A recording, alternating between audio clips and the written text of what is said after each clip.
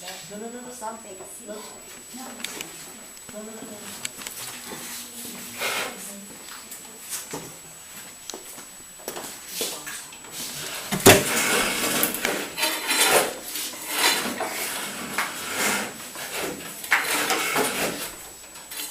You see each other okay? Everybody got a good view?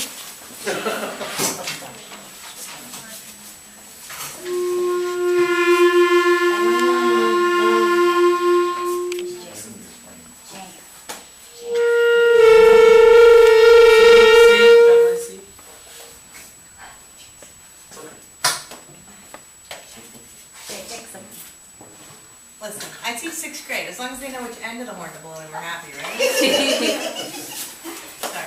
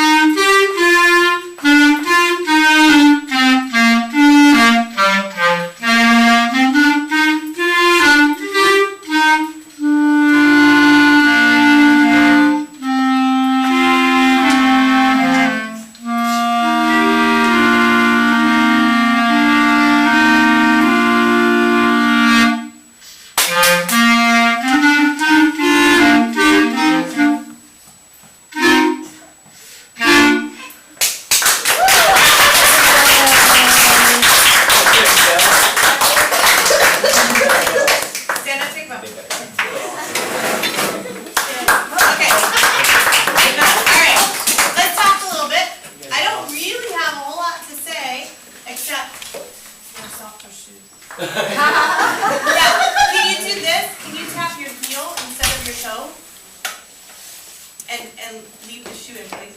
You know what I mean? Because I felt like I just wanted to get up and tap it. Loud. And what wasn't the problem here, but what can be is if like all three people are tapping and they're not together, and then it sounds like little mice tap dancing under your performance, and you don't want that. It wasn't horrible, okay? But just be aware of your environment. These guys are at your school? Maybe. No, I don't think so. Are they? Yes. Yes, they are. You're a space coach, junior, senior? Yes. You're a space coach. Yes. Meet your mentors. Meet your mentees. Mentors. Did you watch them play just now? Yes. What did they do that you didn't do? I'll give you a hint. Stand up. Yeah, they stood. We never practiced. Yeah. If you watch clarinet soloists, like professionals, they stand, and it's really not a heavy instrument. So work on that because it allows you to kind of use your space a little bit more and be a little bit more mature in your, not that you're not mature, but mature in your presentation. You have filled this room better than almost anybody I've heard tonight. And your intonation on those unison passages was phenomenal. You have a better clarinet sound with the three of you than some bands have as an entire section. So you should be very, very proud of that. Now, if I had anything to work on with you, I think it would be phrasing. Make sure that you plan where you're going to breathe, and that you only breathe where you're going to plan to, and that you make sure that those breaths, they've written in the breath marks exactly where you want, so the sentence, the musical sentence makes logical sense. Stick with that and don't clip the ends of the phrase, let the whole thing ring out. Some really good dynamic work. But man, do you want to move to Miami and be in my group? We have a sailing team. No. Oh. You have a steel drum band. Huh? You have a steel drum band. I coach sailing. I've been promised a spot by Mr. Anderson. And he doesn't work at our school any longer. Oh. I can get a steel drum band. Your band director in here? She just left. Because she had other people in here. Yeah. She's very lucky to have you guys. What grade are you? So, we're in 8th grade. And I'm in 7th. Fantastic. Did you guys start in 6th? No, we just started this year. Since August. Get out! Now tell them the rest of the story. We've switched parts twice.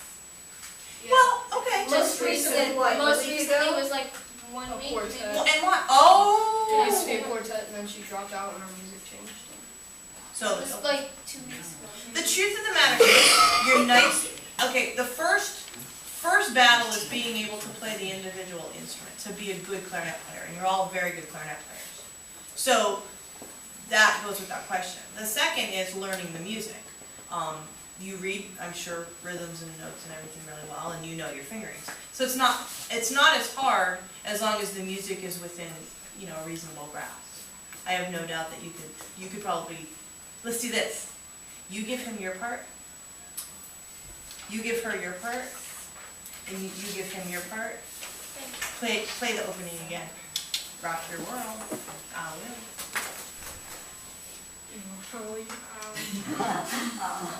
Now, you start together and you started up before. Go ahead and start.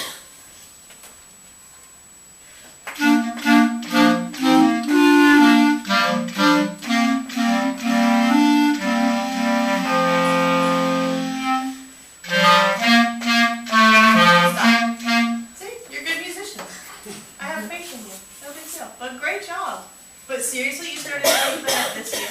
Yes, Wow. Fantastic. Awesome. Thank you. But what took you so long?